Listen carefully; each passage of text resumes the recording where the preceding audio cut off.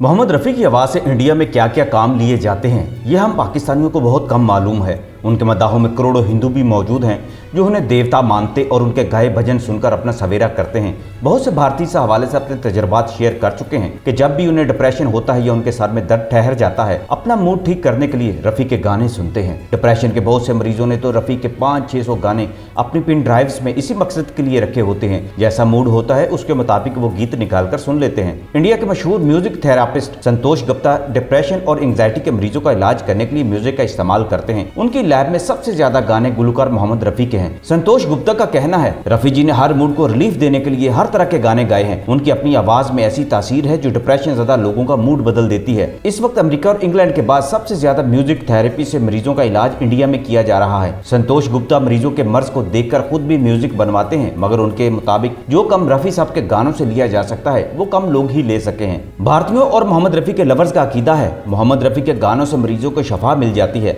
जबकि रफ़ी जी के गानों के इश्क में डूबे हुए लोगों ने अपनी सारी जिंदगियां उनके नाम वक्त कर रखी हैं। उनके घरों में रफ़ी की मूर्तियां और म्यूजिक के रिकॉर्ड्स मौजूद होते हैं। रफ़ी के गानों से लोग अपने मर्ज दूर करते हैं और अभी भी ये सिलसिला जारी है।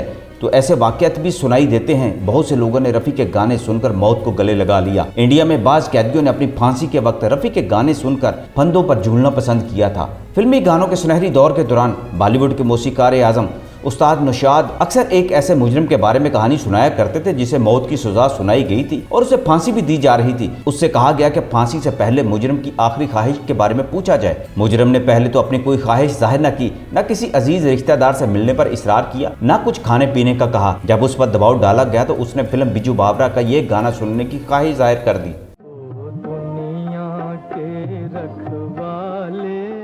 ये गाना नौशाद ने कंपोज किया था और मोहम्मद रफ़ी ने गाया था। मुजरिम की ख्वाहिश से ऊपर वालों को आगाह किया गया और फिर इस बात का चर्चा बाहर निकल गया। बात रफ़ी साहब तक भी पहुंच गई। सरकार सोचने पर मजबूर हो गई कि अगर आज एक मुजरिम की ख्वाहिश पूरी करने के लिए रफ़ी को जेल के फांसी घाट में ले जाया गया तो फिर यह रवायत बन जाएगी। फांसी चढ़ने वाले तो ऐसे तकाजे करते रहेंगे तो क्या सरकार उनकी इच्छा पूरी करती रहेगी?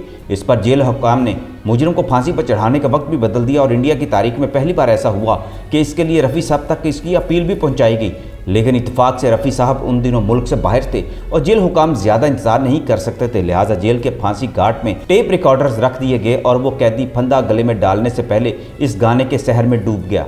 मोहम्मद रफ़ी साहब का यह गाना बाद में और भी बहुत से कैदियों की आखिरी ख्वाहिश बन गया और फांसी के वो कैदी जो रफ़ी की आवाज़ के दीवाने थे वो ये गाना सुनकर फंदे पर झूल जाते थे। देखा जाए तो इस गाने में जो दर्द, तलखी, शिकायत, रंज और बेबसी पाई जाती है ये हर सितम रसीदा इंसान के दिल की आवाज़ बन जाता है। मोहम्मद रफ़ी साहब ने जब यह गाना बिजू बावरा के लिए गाया था तो एक बार तो वो भी अपनी जान से गुजर जाने लगे थे। ये गाना गाते हुए उनके गले से लहू जारी हो गया था और फिर ये बात मशहूर हो गई कि अब मोहम्मद रफ़ी कभी ना गा सकेंगे। फिल्म बिजू बावरा का यह गाना शकील बदायूनी ने लिखा था, जबकि इसके मौसीकार नौशाद अली थे। इसे राग दरबारी में गाया गया था और कहा जाता है इसके लिए मोहम्मद रफ़ी ने 15 दिन तक रियाज किया था। कहा जाता है कि नौशाद ने गाने के आखिरी सुरों के लिए मोहम्मद रफ़ी पर बहुत ज्यादा जोर दिया जो बहुत ऊंचे सुर थे, जिसके नतीजे में उनकी वोकल कार्ड से खून जारी हो गया और उन्होंने खून थूकना शुरू कर दिया था। इस गाने के बाद रफ़ी जी का गला इतना मुतासर हुआ कि वो अगले 20 रोज तक गाना नहीं गा सके थे। नौशाद अली ने कई साल बाद इस हवाले से बताया था, मैं दरअसल रफ़ी साहब की आवाज़ की रेंज को देखना चाहता था। दिलचस्प बात यह है कि इस तजर्बे के बाद मोहम्मद रफ़ी का गला इतने ऊंचे सुर निकालने के काबिल हो गया और कई बरस बाद टीवी पर लाइव गाने के दौरान उन्हें किसी किस्म का मुश्किल का सामना नहीं करना पड़ा। वो जब भी कहीं कंसर्ट करते थे और लाइव गाते थे तो वो ऊंचे सुरों में आसानी से गा लेते थे। इसमें हकीकत है कि इस गाने की रिकॉर्डिंग के बाद रफ़ी ने अपनी आवाज़ को कुछ दिन आराम दिया था, क्योंकि ऊंची आवाज़ को छूने के बाद उनकी आवाज़ को नॉर्मल होने में कुछ वक्त लगा था। रफ़ी के इस गाने के साथ बेशुमार कहानियां जुड़ी हुई हैं, क्योंकि लोग यकीन नहीं कर सकते थे कि कोई गुलकार इतनी ऊंची आवाज़ में गा सकता है। बहुत से गुलकारों ने उनकी तकलीद करने की कोशिश की लेकिन वो इस पिच तक ना पहुंच सके और ये मुकाम सिर्फ रफ़ी साहब को भी हासिल हुआ कि उनके गाने मरने वालों ने अपनी इच्छा पूरी करने के लिए आखिरी वक्त में भी सुने और इंडिया में आज भी ये रवाज आम है।